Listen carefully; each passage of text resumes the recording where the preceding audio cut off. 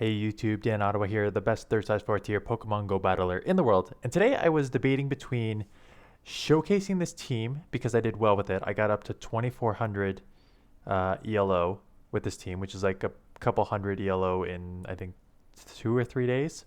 I did really well, lots of 4-in-1 sets with it. So I was debating whether to showcase it because it's very, very similar to the team I just showcased on Friday. You're just switching out Venusaur for Medicham. And it's a very common line, like Azu, Medicham, and then like a Sableye, or in this case, Cofagrigus. So it's a very common line. But I wanted to bring this up not so much because of the Pokemon and the battles, but we will go over the battles. But it's more how I build a team in Open Great League. And there's two things in Open Great League I always take into consideration when I'm building a team. The first is counter users, because in counter users, there is Medicham, Deox, Scrafty, Obstagoon, Vigoroth, Primeape. So that's 6 already off the top of my head. I may be missing more. So there is a lot of counter users. So there are some good Pokemon like Umbreon and Galarian Stunfisk that are weak to fighting that I would still use. But if I can try and avoid something weak to fighters, I do. Just because there's so many like strong core meta that run counter. And the second thing is you always need to watch for Bastion and Galarian Stunfisk, because those two are within the top 10 ranked on PvPoke and just in general for Great League. And to have Pokemon that just get walled by them is tough. So what I always try and do is build a team that can deal with all the counter users and deal with those two Pokemon. And that's the case with this team, because the Cofagrigus wins as long as you shield up the Earthquake properly on Galarian Stunfisk. You win that matchup. Bastion, I think you still lose, but you can keep up with it. And then obviously, you have strong matchups in the back end versus those two. And Fairy on Azu, Ghost on Cofagrigus, and Psychic Fighting on Medicham makes you great against the counter users. So that's why I like this team. And let's get into some of the battles. Tomorrow, for those of you who are looking for Ultra League teams, because Ultra League is starting today, I'll post a bunch of team ideas tomorrow, so stay tuned for that video. But let's get into the battles for this. Because like I said, I did really well with this team. And even on bad leads here, so I come into Azumarill. And this is where, obviously a better counter would have been Medicham. I came in here, even though it's weak to Power Whip, I don't really know what I was thinking at the time. I was just thinking, honestly, I don't really know what I was thinking when I came in. Sometimes you just don't want to come in with the direct counter right away, because then you're just kind of drawing dead if they switch out. So that's why I came with Azu as like a safe swap, but Azu is not really a safe swap. So either way, the good news is, because Power Whip is a non-stab move, and Azu is very, very thick, and Lickitung is just generally not an attack-heavy Pokemon, I'm able to burn both of their shields here. So I'm going to go down here, but I'm going to go down and be able to have a shield coming out of it. So that's okay. Now I'm going to come with Medicham. I may have to shield up one. I'll probably just let the first one go, see how much it does. But I'm worried about the body slam swim. And then they come in with Azu. So I'm going to get out of here and come in here, because what I can do is I can get a Shadow Ball off, shield, and probably get the second one to take it out. So let's see if I do that play. Yeah, because what I can do is I can ramp up a bit on the Shadow Claws just to get a bit of extra energy here, and then throw the Shadow Ball to take this out. So I have a little bit of energy coming out of this matchup, which I expect the Lickitung to come back in. So what you'll notice on this, so I should have took, while this battle's going on, I changed two things. I used to run Foul Play on Cofagrigus. I went to Psychic just because Foul Play, I used it as a bait move, but it's like a 5 energy less bait move, so it's not super efficient. But Psychic will do great in other sort of matchups, like against your Venusaur and against your Nidoqueen. So it's better to have that Psychic move that can actually hurt, as opposed to just having a slightly less bait move. And then I started running Play Rough on Azu. I normally run Ice Beam Play Rough, but what I was finding was that I just needed that the mirror match was tough, and I just needed the play rough for the darks. So that's why I ran it. So Venusaur on the lead here is tough because you get outpaced if you don't get hit by a crazy ton of leg, but you get outpaced here to the Frenzy Plants. The good news is you can survive one, and this Psychic would obviously be one-shotting the Venusaur. So you're going to grab shields. So what may happen here, or you're not going to grab shields and you just one-shot them. So they come with Sableye here, and this is what I like with this, because now they have to respect the Shadow Ball. So I got a couple Shadow Claws and now a Shadow Ball which they're going to have to respect. So took them down a bit, plus now I have an alignment, plus now I have the one-shot move and Play Rough to take out Sableye. And if I'm going to run a Medicham in the back, I need, and a Cofagrigus, which does not have a great matchup against Sableye, I'm going to tell you right now, I need this one-shot here on Azu to take out the Cofagrigus, no, the Sableye. A way better version of Cofagrigus. And in the back, they have a Galarian Stunfisk. So this one is over. I can take the Earthquake here, throw the Hydro Cannon, or just switch straight in and start just ramping up here, because now they need 2 Earthquakes, and that's not going to happen. So this team, again, I'm not going to go too much into the team. The most important thing is how I build teams in the Great League. So you can do this in any sort of capacity. So example, what is a good option for, and if you don't have a Medicham, like again, these are like pretty high ranked Medichams and Azus. So if you don't have a Medicham, like a Deox is obviously a great replacement. Hypno is a potential placement. It doesn't do the counter damage, and you have a much worse matchup against Bastiodon. But like if you run with Fire Punch on like a Shadow Hypno, you'll do well against Galarian Stunfisk. And the Confusion's just such a hard-hitting charm move. Hard-hitting fast move. Replacements for Azu, you know, you can run... Azu's tough because it's such a unique typing with the water and fairy. Like you can't just run a pure water like Politoed. I mean, you could, like Politoed, Swampert, if you just want like the water Pokemon.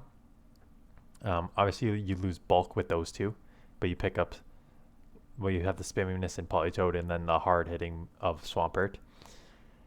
And then Cofagrigus, obviously Sableye is a much better version of Cofagrigus, and this is a pure ghost. I also tried like Frostlass. I don't mind Frostlass in the lead, quite honestly, because Frostlass is a nice one thing that you could see here is that you're a bit weak to, let's say, Venusaur in the back here.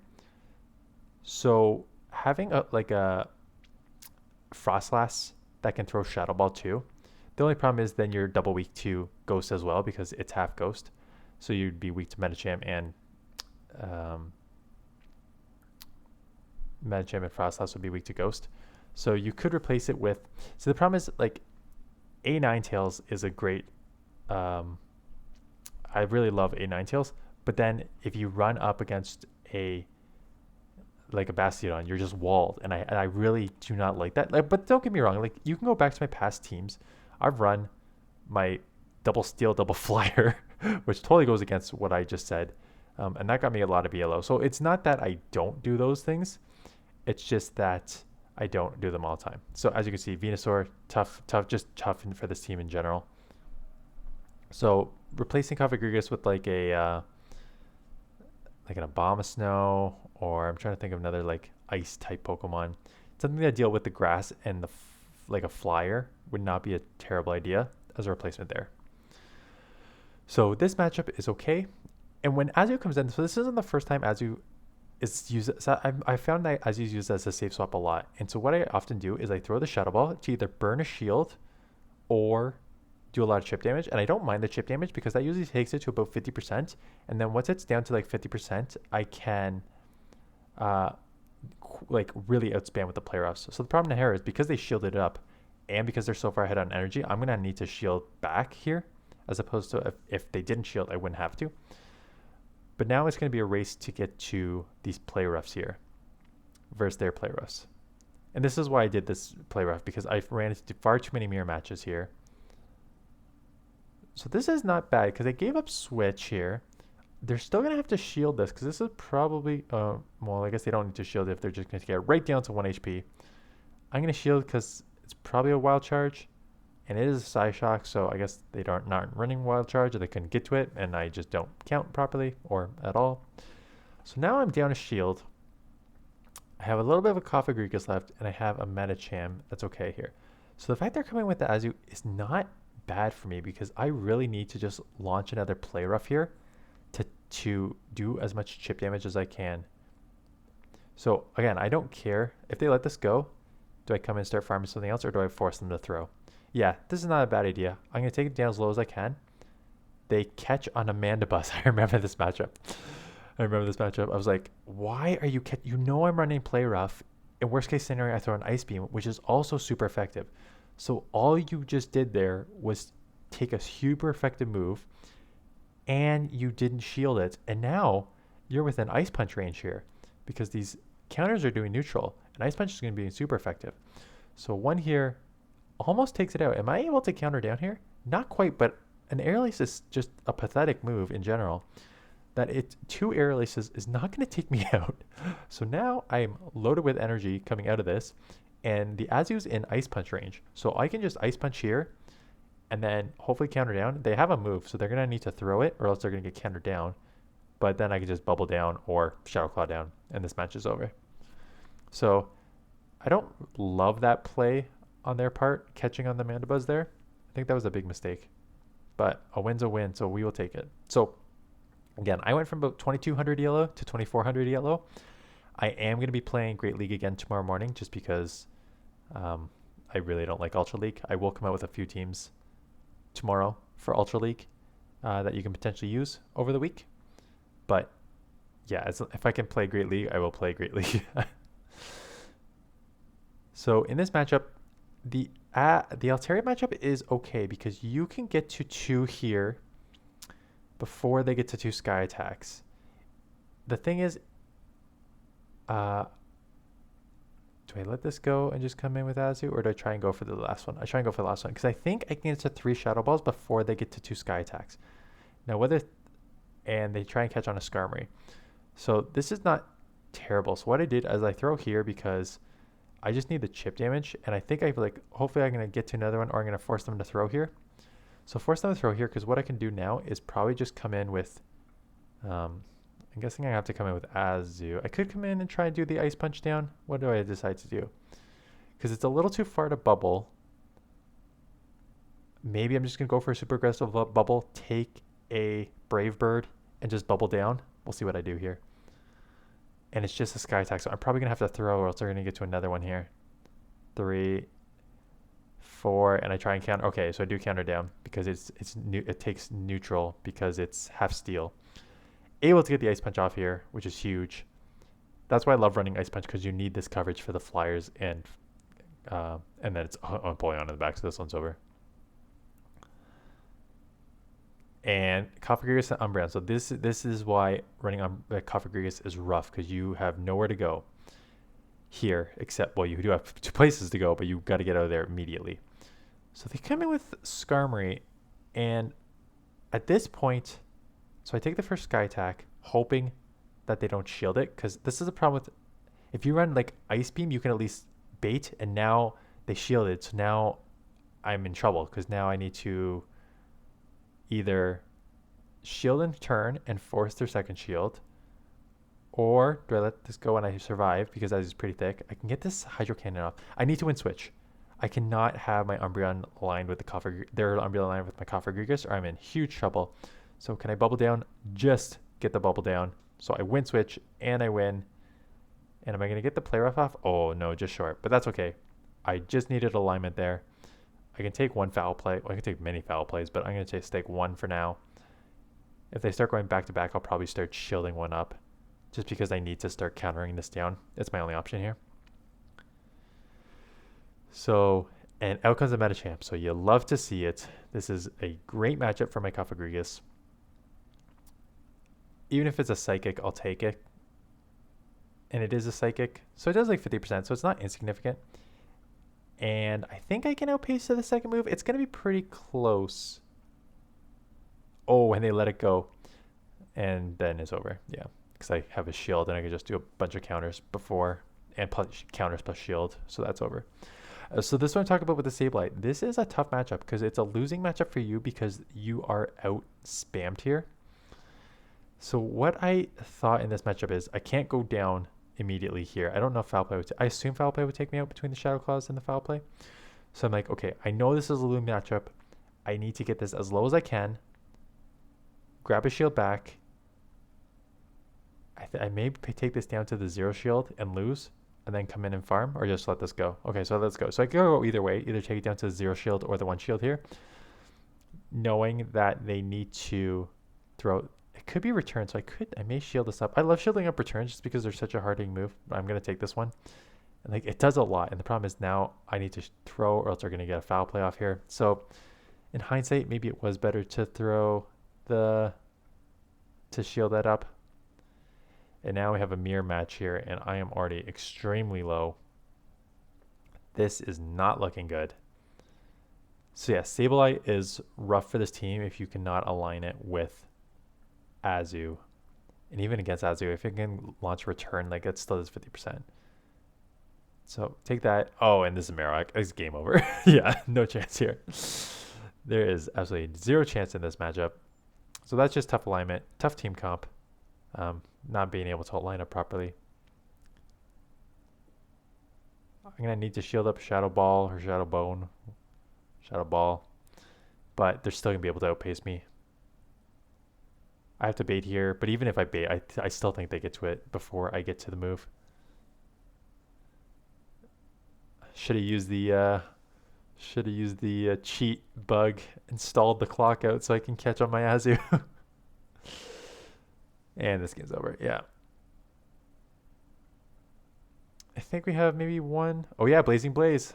I remember this. So Blazing Blaze is a amazing battler. He was like front page of the leaderboard last season. So, and I play against him in Self a few times, so I know him and he's a good battler.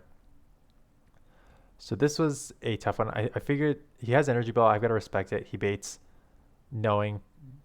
probably knowing that I was going to shield it up. So good read on his part. I'm going to able to count this down here. I know they're going to come back in with their, no, they have a Pidgeot, so that's much better come in. Except now they're going to have to shield this up because this is going to do quite a lot of chip damage here. So yeah, so I'm going to grab the shield back. May go for the aggressive farm down. Oh, can't get the farm down. It's not worth it. I have my Azu, but now I have an Azu with no Ice Beam, right? Now comes the Poliwrath. So this is okay because I'm running Psychic. I gotta let it go. I gotta take this move because I need to save some shields here. I don't need to save shields, but I would prefer to save shields. And able to get the Psychic off. It does not take it out, but I could maybe, yeah, which is perfect. Because now I just need to get the Psychic off here, which I do. They have to shield this. And then I can just come in with the Azu. Oh, they don't shield it. So now it's going to come down to a bubble down. Because I'm not going to get to 2 moves. So there's absolutely no point in me even trying. I'm not going to shield this. Because the only option, I do shield this. What? Their only option was a Brave Bird and I could have bubbled down. And then they wouldn't have got to another move. So I think, because I can survive a Brave Bird, as you can see right here. Like by a mile. So that was dumb on my part. Because what I should have done is, it didn't matter because I won the match. It was an easy win anyways. In that last matchup, they needed to throw Brave Bird to take me out, plus Gus. So what I should have, and I could have bubbled down anyway, so what I should have is let that go because I could just bubble down and whatever. I win the match. Anyways, that's it. Ultra League on tap starting today, later this afternoon, 4 p.m. EST. I'm sure others, there'll be a ton of videos up before my Ultra teams, but I will throw out some Ultra team ideas both in the open and remix for you guys tomorrow. So stay tuned to that. Thanks for watching. I'll see you guys then.